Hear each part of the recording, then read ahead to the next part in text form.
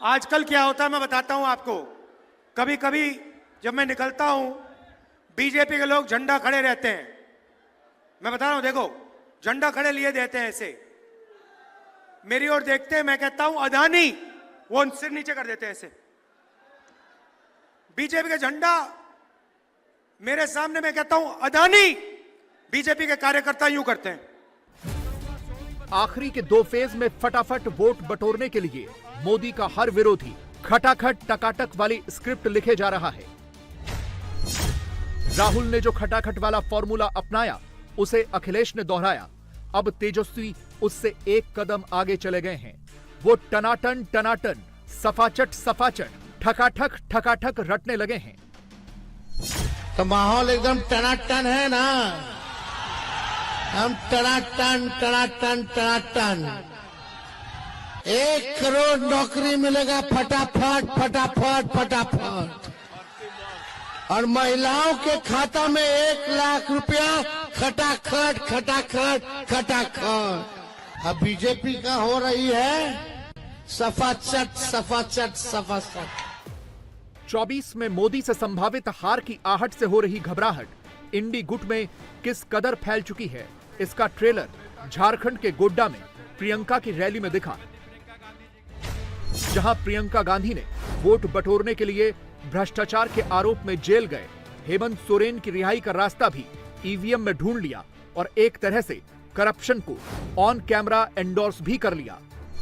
आपके मुख्यमंत्री जी चुनाव से पहले ही जेल में डाल दिए जाते हैं। क्यों?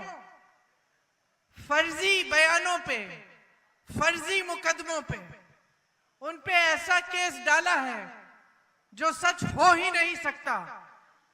फिर भी भाजपा की सरकार ने उनको जेल में डाल दिया और पूरा चुनाव आपको उनके बिना लड़ना पड़ रहा है।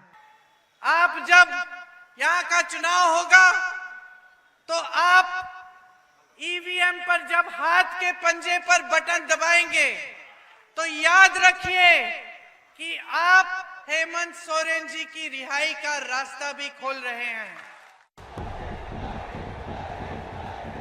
4 जून से पहले मोदी से सारे विरोधी पैनिक में हैं और इंडी अलायंस की इस घबराहट की सबसे बड़ी वजह वो नंबर है जिसका जिक्र बीजेपी की टॉप लीडरशिप लगातार कर रही है, हर रैली में कर रही है। अमित शाह ने मंगलवार को जो 310 वाला डेटा दिया था, वो डेटा उन्होंने एक बार फिर दिया है और उस नंबर को देख इंडी अलायंस वाले हर मिनट कोई ना कोई ब्लंडर किए जा रहे हैं। 6 और 7वां 400 पार कराने के लिए आपका अमित शाह जो 310 वाला नंबर दे रहे हैं उसके पीछे का अंकगणित आगे समझाएंगे। पहले गृहमंत्री की बुधवार वाली भविष्यवाणी फिर से सुनिए। देखिए 5 चरण समाप्त हो चुके हैं। पुरुलिया वालों, 5 चरण में क्या परिणाम आया जानना है क्या? अरे जोर से बोलो, जानना है? ये 5 चरण में मोदी जी 310 सीट जीतकर सरकार बनाने का काम समाप्त हो गया। अब ये 6ठा और 7वां 400 पार कराने के लिए आपका आशीर्वाद है। और भाइयों बहनों, ये राहुल बाबा और ममता दीदी का सुपड़ा साफ हो गया। अब आप सोचेंगे कि अमित शाह किस आधार पर कह रहे हैं कि मोदी 310 क्रॉस कर चुके हैं। यह समझने के लिए आपको 19 के डेटा को डिकोड करना होगा।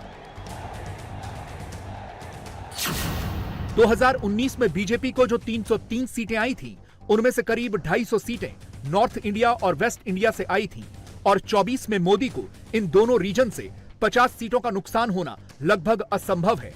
इसी तरह ईस्ट और साउथ यानी बिहार, बंगाल, ओडिशा, तेलंगाना, तमिलनाडु और केरल को मिलाकर कुल 225 सीटों में बीजेपी के पास करीब 50 सीटें हैं और 24 में इन सभी सीटों पर बीजेपी का वोट शेयर और सीट दोनों ही बढ़ने के संकेत हैं।